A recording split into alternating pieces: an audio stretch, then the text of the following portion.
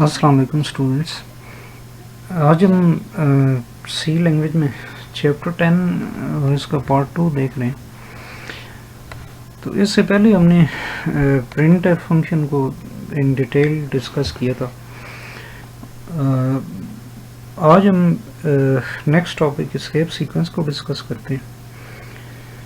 Escape sequence जो है वो combination of backslash and code character होता है। एक अगर बैक स्लैश आप दें और उसके साथ कोई स्पेशल, तो उसको आप एस्केप सीक्वेंस कहेंगे। अब इसका मकसद क्या है, ये यूज़ क्यों होता है? मकसद इसका ये है कि या तो हम इसको यूज़ करते हैं एक कंट्रोल स्ट्रिंग के अंदर कुछ स्पेशल कैरेक्टर्स को प्रिंट करने के लिए जो नॉर्मली प्रिंट नहीं किए जा सकते। मिसाल के तौर पे डबल कोटेशन को अगर आपने प्रिंट कराना हो, क्योंकि कंट्रोल स्ट्रिंग खुद जो है उसकी भी अराउंड डबल कोटेशन होती है, तो डबल कोटेशन को नॉर्मली प्रिंट नहीं कराया जा सकता।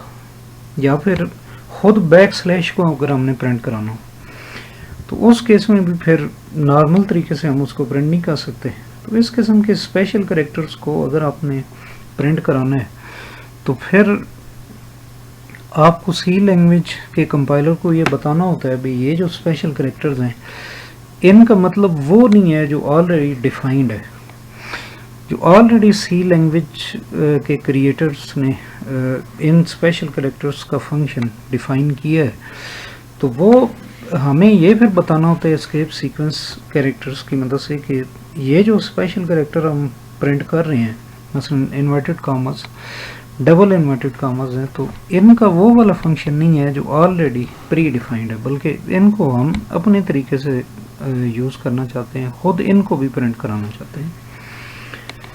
तो वो फिर ऐसा कोई भी जो कैरेक्टर होगा, चाहे वो बैक स्लैश हो चाहे डबल कोटेशन हो, उससे पहले फिर हम एस्केप सीक्वेंस का बैक स्लैश देंगे। एक तो ये इनका यूज़ है। दूसरा यूज़ ये है भाई कुछ स्पेशल फंक्शंस परफॉर्म करने के लिए, जैसे कि कीबोर्ड से आप टैब और इंटर की प्रेस करते हैं, तो टैब की प्रेस करने से वैसे कर्सर जो है वो तकरीबन हाफ इंच जो है वो आगे जंप करता है, और इसी तरह इंटर की प्रेस करने से देखें किसी वर्ड प्रोसेसर में जैसे न्यू लाइन पे आप आते हैं। तो ये दोनों जो फंक्शन है ये प्रोग्रामिंग कोड की मदद से अगर आपने अप्लाई करने हैं तो उसके लिए फिर एस्केप सीक्वेंस को यूज़ करेंगे। तो फिर इसी तरह मिसाल तौर पे एक बीप आप जनरेट करना चाहते हैं कंप्यूटर के स्पीकर से, तो उसके लिए फिर आप एस्केप सीक्वेंस को यूज़ करेंगे। तो यानी कुछ ऐसे नॉन प्रिंटिंग कीज़ या कैरेक्टर्स के जिनको प्रेस करने से स्क्रीन के ऊपर कुछ डिस्प्ले तो नहीं होता, लेकिन उनका कोई फंक्शन परफॉर्म हो जाए, सीक्वेंस को यूज़ करते हैं। अब इसकी एग्जांपल देखें। प्रिंट एफ रोल नंबर है, उसके बाद डबल बैक स्लैश टी हमने लगाया और उसके बाद मार्क्स है। तो इसकी आउटपुट क्या आएगी? रोल नंबर पहले आएगा, उसके बाद 2 टैब की स्पेस आएगी और उसके बाद नेम।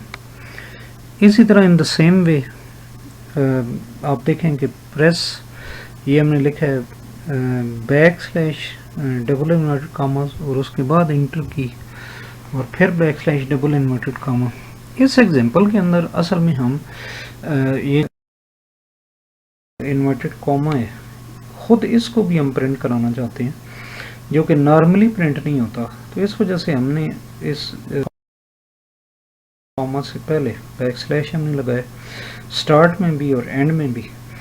तो असल में हम प्रिंट कराना चाहते थे कि ये जो अल्फाज हैं इंटर की के, तो ये इन्वर्टेड कॉमास में इनक्लोज होकर स्क्रीन पे आए। तो उसके लिए फिर हमने ये एस्केप सीक्वेंस को यूज़ किया जी। तो इसके नतीजे में क्या आउटपुट आएगी? प्रेस, इंटर की और इन्वर्टेड कॉमास भी साथ प्रिंट होंगे। इसी तरह थर्ड एग्जांपल में आप देखें कि यहाँ पे हम कह रहे हैं भी आइटम नंबर और प्राइस जो है उनकी वैल्यूज़ डिस्प्ले हों, लेकिन इनकी वैल्यूज़ हम अलग अलग लाइंस के ऊपर डिस्प्ले करना चाहते हैं। ये जो इन्वर्टेड कॉमर्स के अंदर फर्स्ट आइटम नंबर लिखा हुआ है, ये तो एज इट इज़ आएगा टेक्स्ट मैसेज के तौर पे, जैसे ये यहाँ आउटपुट पे में इसके अंदर दिखाया जा रहा है। और उसके बाद फिर परसेंटेज डी की वजह से आइटम नंबर जो वेरिएबल है ये वाला, इसकी वैल्यू डिस्प्ले होगी। इसी तरह फिर \n जो एस्केप सीक्वेंस कैरेक्टर है, इसकी मदद से कर्सर न्यू लाइन पे आ जाएगा और फिर price as it is display होगा एक हेडिंग के तौर पे या मैसेज के तौर पे। और फिर आगे ये जो %f है, इसकी मदद से प्राइस की जो एक्चुअल वैल्यू है वो डिस्प्ले होगी।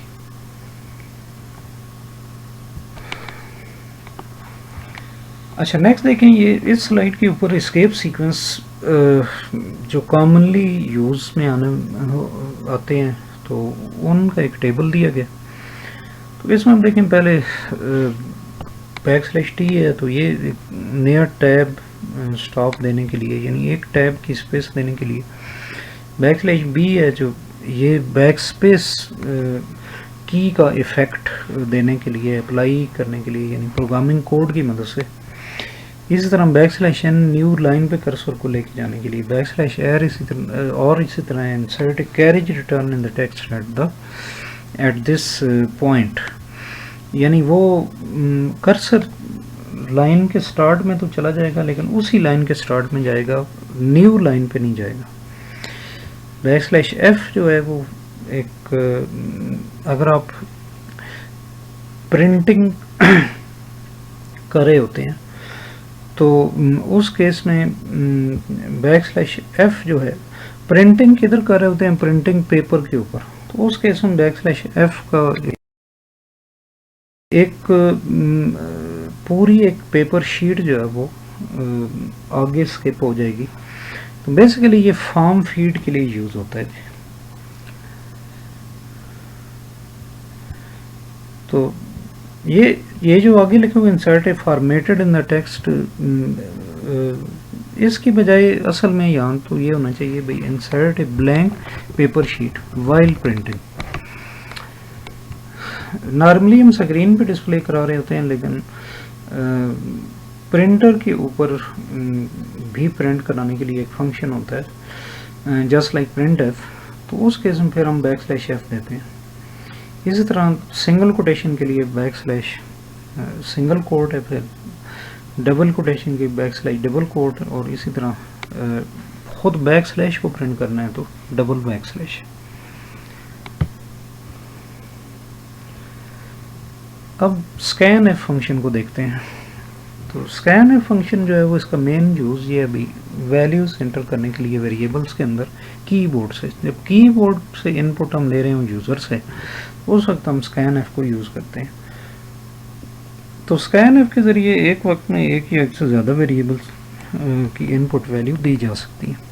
सिंटैक्स इसका क्या होगा, scanf और ब्रैकेट के अंदर फॉर्मेट स्ट्रिंग है, जैसे printf में कंट्रोल स्ट्रिंग होता था, इसी तरह फिर कॉमा और एम्परसेंड या एंड साइन है, फिर लिस्ट ऑफ वेरिएबल्स है।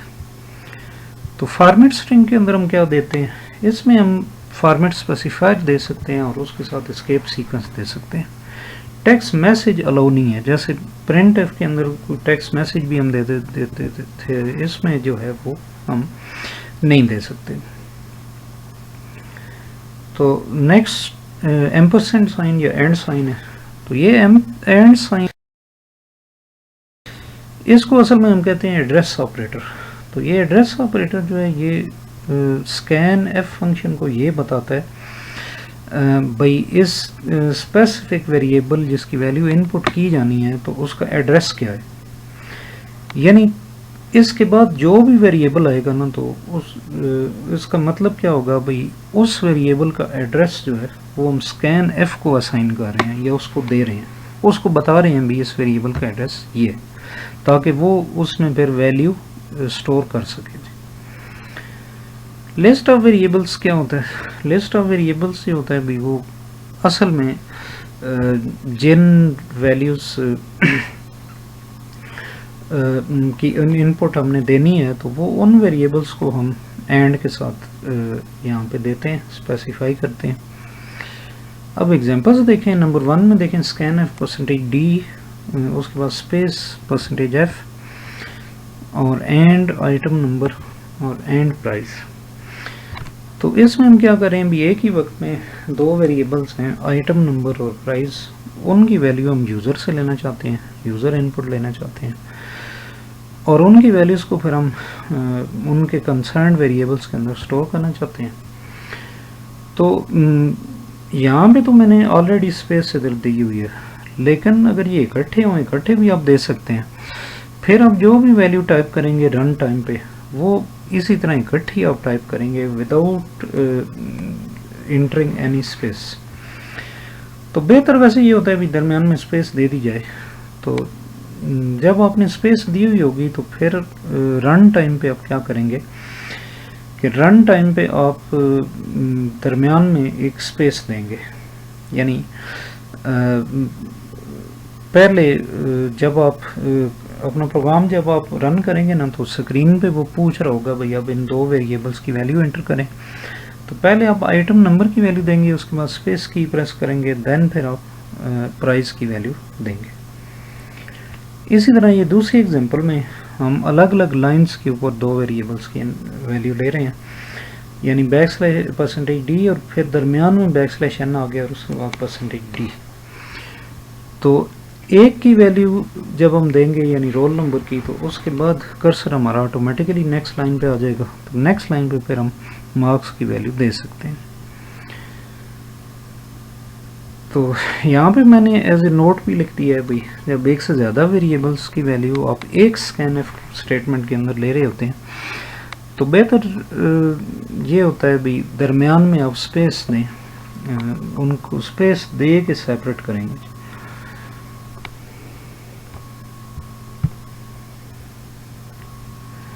अच्छा, अब कुछ ऐसे फंक्शंस हैं कि जो सिंगल करेक्टर इनपुट देने के लिए यूज़ होते हैं। यानी स्कैन फंक्शन के अंदर तो हम किसी एक वेरिएबल में एक वक्त में एक से ज़्यादा वैल्यूज़ दे सकते हैं। वैल्यूज़ इस तरह भी एक से ज़्यादा डिजिट्स हम जब इंटर करेंगे, मसलन प्राइस के केस में हम अगर 1 to 3 लिखें तो वो 1 to 3 तीनों जो है ना वो वेरिएबल प्राइस के अंदर जाएंगे।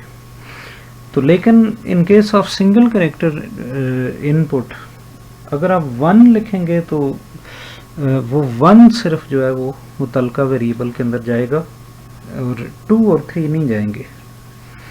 एक वक्त में एक यानी सिंगल करेक्टर अगर आप यूज़र से लेके किसी वेरिएबल के अंदर स्टोर कराना चाहते हैं तो उसके लिए फिर आप सिंगल करेक्टर। तो सिंगल करेक्टर इनपुट फंक्शंस हैं वो कौन कौन से हैं, गेट ch है, इसी तरह गेट char है, फिर गेट che है। तो तीनों का बेसिक पर्पस जो है वो यही है भाई एक वक्त में एक करेक्टर देने के लिए। यहाँ पे मिसाल तौर पे आप देखें एग्जांपल दी हुई है choice is equal to get char। तो एक वेरिएबल choice है जिसमें आप एक सिंगल कोई करेक्टर देना चाहते हैं, मसलन आप C एंटर करेंगे या B एंटर करेंगे या A एंटर करेंगे, लेकिन एक वक्त में एक करेक्टर। तो इसके सिंटैक्स आप देखें तो सिंटैक्स में ये within square bracket where is equal to लिखा हुआ है। तो इट मीन्स के ये जो where इक्वल है ये ऑप्शनल है। इस तरह स्क्वायर ब्रैकेट में कोई चीज़ दी गई हो, ये पहले मैंने बताया था सिंटैक्स के अंदर, तो उसका मतलब ये होता है भाई ये चीज़ ऑप्शनल होती है, यानी कभी हम देंगे कभी नहीं देंगे।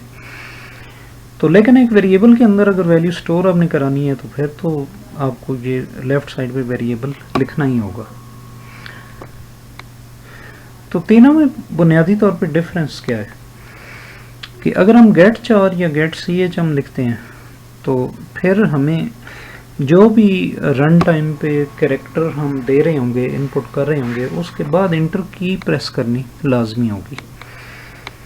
इंटर की प्रेस नहीं करेंगे तो वो वैल्यू जो है वो उस वेरिएबल के अंदर स्टोर नहीं होगी। जबकि गेट che अगर हम यूज़ करें तो फिर हमें कोई भी वैल्यू जब एज ए इनपुट हम टाइप कर रहे होते हैं तो उसके बाद हमें इंटर की प्रेस करनी, जो भी सिंगल करेक्टर हम देंगे उस वक्त वो उस वक्त एक लम्हे के लिए स्क्रीन पे डिस्प्ले होगा। का वेरिएबल के अंदर स्टोर हो जाएगा। गेट सी एच अगर हम यूज़ करते हैं या गेट सी एच ई हम यूज़ करते हैं, उस केस में फिर हमें क्या करना पड़ेगा कि एक स्पेशल हेडर फाइल है कॉन io.h, उसको हमें इंक्लूड करना पड़ता है। जबकि अगर हम गेट चार को यूज़ करें तो उस केस में, गेट चार के केस में हमें कोई और हेडर फाइल्स इंक्लूड करने की ज़रूरत नहीं है क्योंकि उसकी अपनी डेफिनेशन जो है गेट चार की वो stdio.h के अंदर ही मौजूद है। तो असल जो यूज़ है इन फंक्शंस का वो तो यही है, सिंगल करेक्टर इनपुट। लेकिन ये कि बाज़ औक़ात हम इनको एक और मकसद के लिए भी यूज़ करते हैं कि किसी भी प्रोग्राम को जब हम रन कर रहे होते हैं तो रन टाइम पे वो आउटपुट डिस्प्ले करके तो स्क्रीन एकदम से डिसअपीयर हो जाती है और वापस हम कोडिंग के अंदर आ जाते हैं। तो अगर आउटपुट स्क्रीन को थोड़ी देर के लिए रोकना हो, क्योंकि इस तरह तो हम आउटपुट को देख ही नहीं सकेंगे, तो अगर उसको थोड़ी देर के लिए रोकना हो तो फिर आप गेट चार या गेट सी एच या गेट सी एच ई वहाँ पे दे देते हैं। तो इस तरीके से आप इसका यानी एक और यूज़ भी करते हैं। उस केस में फिर पीछे ये कोई वेरिएबल देना ज़रूरी नहीं है, जैसे चॉइस इज इक्वल टू लिखा हुआ है वहाँ पे जस्ट आप गेट चार या गेट सी एच लिख देंगे। तो ठीक है स्टूडेंट्स, इसके साथ ही चैप्टर 10 एंड हो गया। इसके ये 2 ही लेक्चर थे। तो